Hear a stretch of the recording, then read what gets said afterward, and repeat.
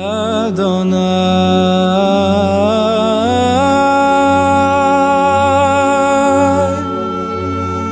שמעתי שמך יראתי, אדוני,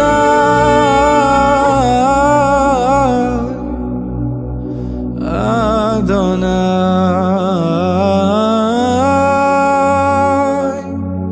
שמעתי ונרגזתי יום בו תפקדני, זחלתי וחלתי יום בו תדינני,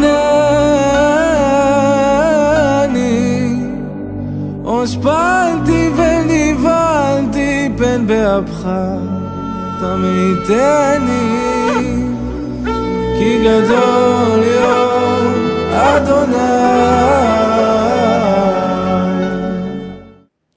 Olá, boa noite, seja muito bem-vindo ao segundo episódio da série Protagonistas. É uma alegria estar com você e sua família. Não deixe de enviar a sua mensagem através do nosso WhatsApp ou aqui do chat para que possamos orar com você.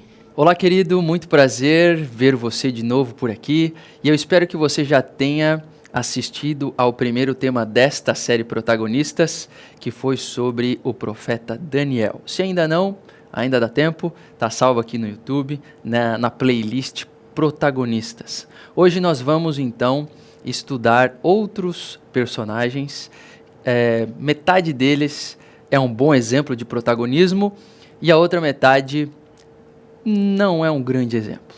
Convido você a abrir sua Bíblia comigo, se você assim o desejar, no livro de Lucas, no Evangelho de Lucas, no capítulo 10. Nós vamos ler o finalzinho do capítulo, do verso 38 até o 42. É uma história conhecida e vai nos ensinar algumas boas lições. Indo eles de caminho, entrou Jesus num povoado, e certa mulher, chamada Marta, hospedou-o na sua casa. Tinha ela uma irmã, chamada Maria, e esta quedava-se assentada aos pés do Senhor a ouvir-lhe os ensinamentos. Marta agitava-se de um lado para o outro, ocupada em muitos serviços. Então se aproximou de Jesus e disse: Senhor, não te importas de que minha irmã tenha deixado que eu fique a servir sozinha? Ordena-lhe, pois, que venha ajudar-me. Respondeu-lhe o Senhor: Marta, Marta, andas inquieta e te preocupas com muitas coisas. Entretanto, pouco é necessário, ou mesmo só uma coisa. Maria, pois, escolheu a boa parte, e esta não lhe será tirada. Olha só, como eu disse, metade dos personagens de hoje é um bom exemplo e a outra metade não. Essas famosas irmãs da Bíblia são exemplos de algumas coisas positivas ou negativas que nós podemos extrair para a nossa vida, para qualquer aspecto da vida, mas inclusive para a nossa relação com Jesus, que elas ali tiveram, o grande privilégio de poder experimentar assim, pessoalmente, em carne e osso, de pertinho. Mas olha só, muitas vezes nós nos encontramos nessa situação, talvez na maior parte do tempo, numa situação em que nós estamos cheios de tarefas. A gente tem uma agenda cheia de coisas, ou nem tem uma agenda, o que talvez até dificulta o cumprimento das tarefas. Mas, em resumo, nós temos muitas atividades, muitos compromissos, muitas coisas importantes para se fazer. E, olha só, imagina uma pessoa que acaba de receber na sua casa o próprio Jesus. Eu imagino que essa pessoa ou essas pessoas realmente não só se sentiriam privilegiadas, mas sentiriam a necessidade, o desejo de oferecer o melhor, de preparar a casa da melhor maneira possível, oferecer, o melhor que elas tivessem para receber Jesus Cristo. E então essas duas irmãs, que a gente sabe que eram grandes amigas de Jesus, eram irmãs de Lázaro, que era um ótimo amigo de Jesus também, se encontraram nessa situação. Talvez o maior privilégio, um dos pontos altos da vida delas, receber o amigo Jesus na própria casa. Então elas realmente, nesse dia, tinham coisas a fazer, não é verdade? E o trabalho era necessário. Sabe, a gente não pode chegar aqui e simploriamente apenas condenar Marta e a sua atitude e só erguer, né, e a Maria como um exemplo. Até porque nem Jesus fez isso, né? Jesus não chegou a condenar explicitamente Marta. Ele só, você deve ter percebido, colocou a escolha de Maria acima, mas não condenou Marta. Por quê? Porque a gente tem que ser honesto, né, e maduro aqui. O trabalho, as atividades, as demandas da vida, elas são necessárias, são justas, são necessidades verdadeiras. E aquilo que Marta estava fazendo, nem mesmo Jesus desabonou. Porque pelo menos o mínimo era necessário de se fazer, né? E ela estava na boa intenção, como muitos de nós, querendo oferecer o melhor para a visita. Querendo dar daquilo de melhor que ela tinha. Mas, em alguns momentos da vida, em algumas situações, essa escolha, talvez pelo momento em que se encontra, não vai ser a melhor. Por quê? Porque nós devemos aprender a desenvolver uma hierarquia de prioridades. E aí que está o negócio. Você vê, eu usei algumas palavras aqui antes, coisas necessárias, coisas importantes, coisas essenciais. E aí é que está. O nosso desafio é como desagrupar essa lista de atividades no que é prioritário, no que é importante e aquilo que talvez é dispensável para o momento. Essa é uma opção bastante simples de dividir a sua lista. Eu gosto de fazer listas de atividades, né? E às vezes eu crio lá no meu aplicativo uma lista inteira. Às vezes eu me perco, porque tem coisa ali que está fora da ordem. Então, às vezes eu tento o quê?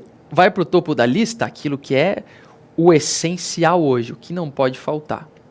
Só que às vezes, e aí o que fica importante fica depois, aquilo que é dispensável a gente vai empurrando com a barriga até ter um momento de conseguir fazer, né? Ou de não ter mais como fugir e o deadline chega, né? O ponto final, o último momento, e a gente dá um jeito de fazer. Ou você pode dividir uma lista nisso. Eu comecei agora a ser mais gráfico ainda. Eu faço uma lista dividida em 3 para cada dia.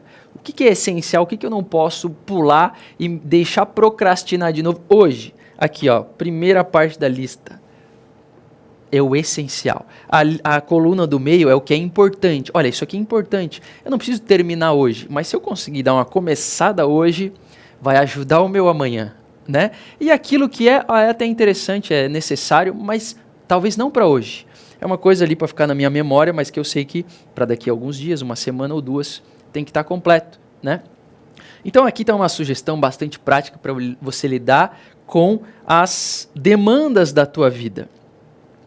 Só que olha só, aí a gente vem para essa história aqui e essas irmãs são uma ajuda, e as palavras de Jesus são uma ajuda para a gente colocar então isso em prática. Olha, a gente tem inúmeras coisas para fazer no dia, na semana, no mês e no ano, mas às vezes a gente está se preocupando com uma coisa que não merecia a devida atenção naquele momento. E você deve estar talvez se lembrando de alguns momentos em que você passou por isso, seja no relacionamento conjugal, seja no trato com seus filhos ou com as atividades deles, ou nos prazos que você tem que cumprir no trabalho, na compra do mercado, não sei, as diversas demandas e necessidades da vida. Às vezes a gente está, adiantado com uma coisa, mas existia alguma necessidade ali naquele relacionamento ou na sua formação profissional sei lá, que ficou uma lacuna. Aquilo que era para ter sido considerado uma necessidade essencial e prioritária, em algum momento não foi considerado assim. E aí o trem passou, né? E a gente vai deixando certas lacunas. Formação profissional, crescimento pessoal, conhecimento bíblico e maturidade espiritual, por que não? Às vezes aqui, ó, chego nos 30, chego nos 40, e eu tô, como diria Paulo, eu tô comendo um leitinho espiritual ainda, não tô nem pronto para receber a carne. É uma vergonha, né, irmão? Vamos acordar para a vida. Tu já tem 10, 20 anos de cristão aí, já tem coisa que não pode estar igual nos 20 anos atrás quando você se converteu, certo? Até um parênteses aqui, se você já foi vítima aí de alguém falar, essa pessoa aqui é assim ou era assim, não se preocupa.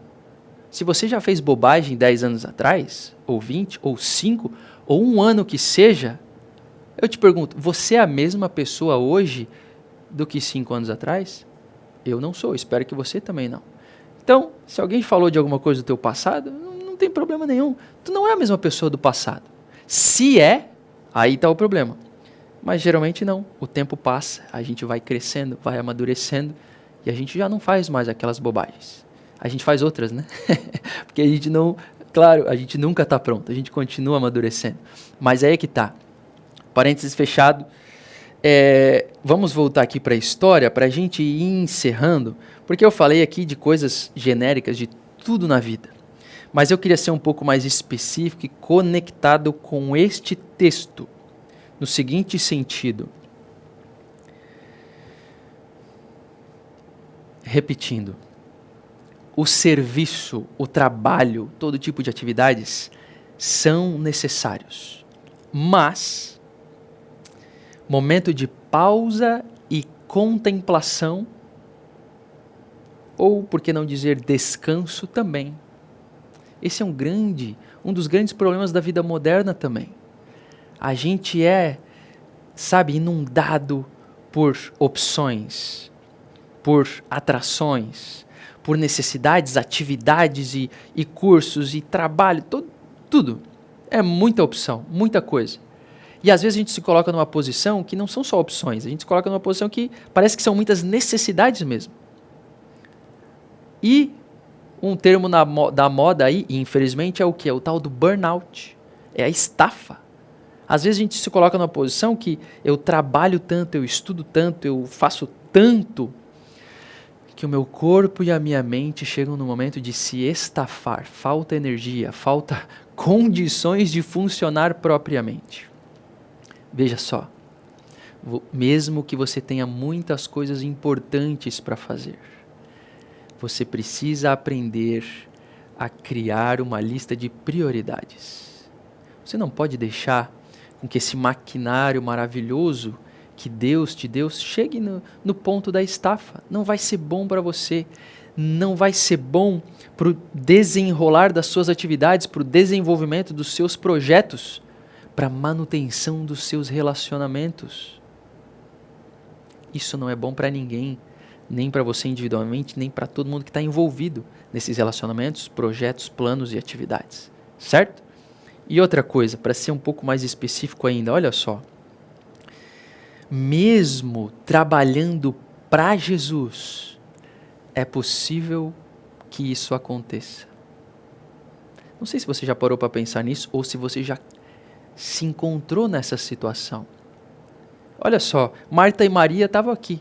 Marta achando que estava trabalhando para Jesus. Se existe alguém que já trabalhou para Jesus, foi Marta, certo? Ela estava ali trabalhando para Jesus. E Jesus falou, olha, nesse momento aqui, Marta, olha só, a gente leu, né, no verso 42. Agora, Marta, pouca coisa é necessária, ou mesmo só uma. Você está preocupado em muitas coisas. Agora, nesse momento, não precisa trabalhar para mim. Uma coisa é necessária.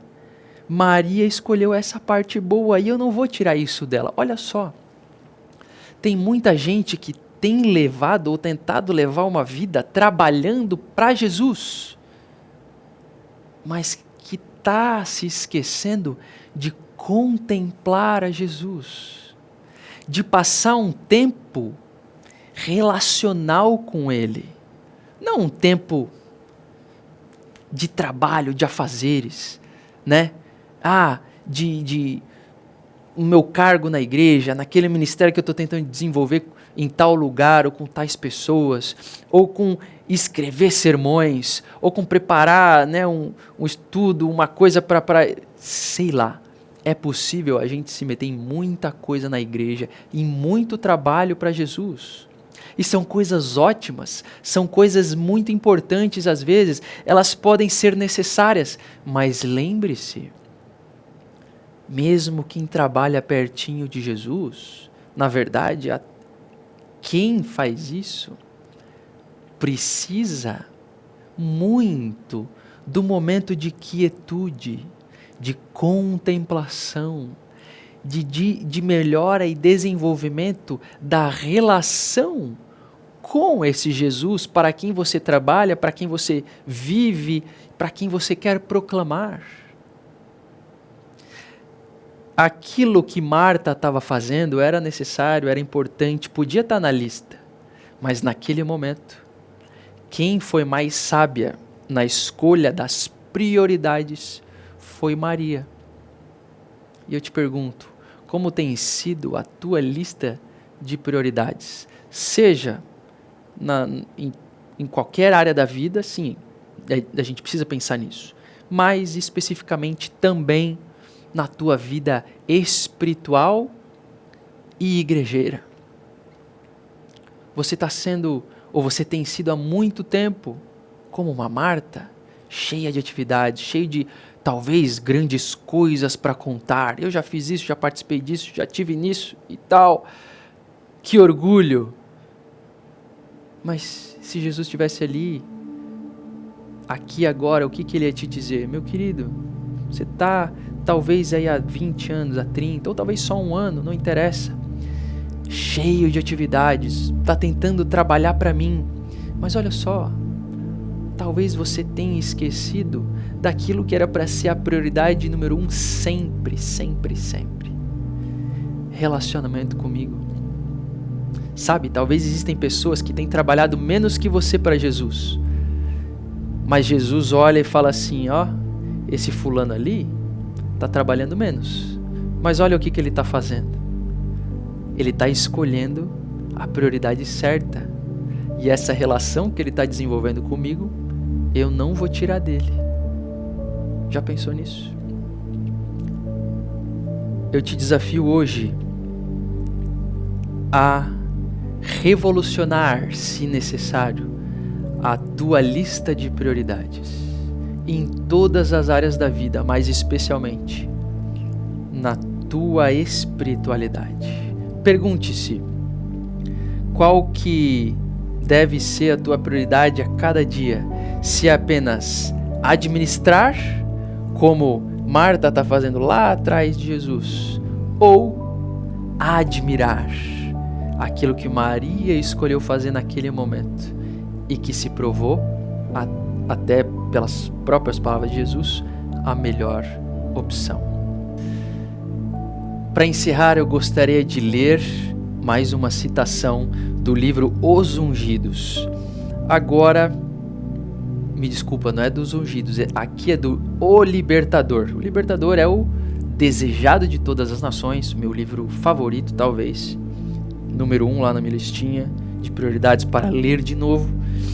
No capítulo 58, olha só, Marta precisava de menos preocupação com as coisas passageiras e mais com as que duram para sempre. A causa de Cristo precisa de Martas, com seu zelo pelo trabalho religioso ativo, mas é preciso que elas primeiro se sentem com Maria aos pés de Jesus. Que a diligência e a energia sejam santificadas pela graça de Cristo. Lembre-se, trabalhe sim para o seu mestre, mas antes sente-se aos pés dele, para que a tua diligência e a tua energia sejam santificadas pela sua graça. Vamos orar pedindo isso a Deus? Grandioso Deus dos céus, nós te louvamos, Pai, pelo poderoso exemplo que alguns personagens da Bíblia nos dão. Hoje nós vimos aqui 2 exemplos que são bons, cada um à sua maneira. Marta é um bom exemplo de diligência, de trabalho árduo. Mas lembre-nos, Pai, diariamente, de sermos sábios na escolha das nossas prioridades. Faz-nos lembrar de que a gente também tem que ser como Maria e ter momentos de descanso e contemplação de Jesus também. Nós queremos ser cheios de energia e vigor no trabalho para o Mestre. Mas antes de tudo queremos ser cheios do Espírito Santo, para que nesse trabalho não seja nosso, mas seja o cumprimento da tua missão. Em nome de Jesus oramos. Amém.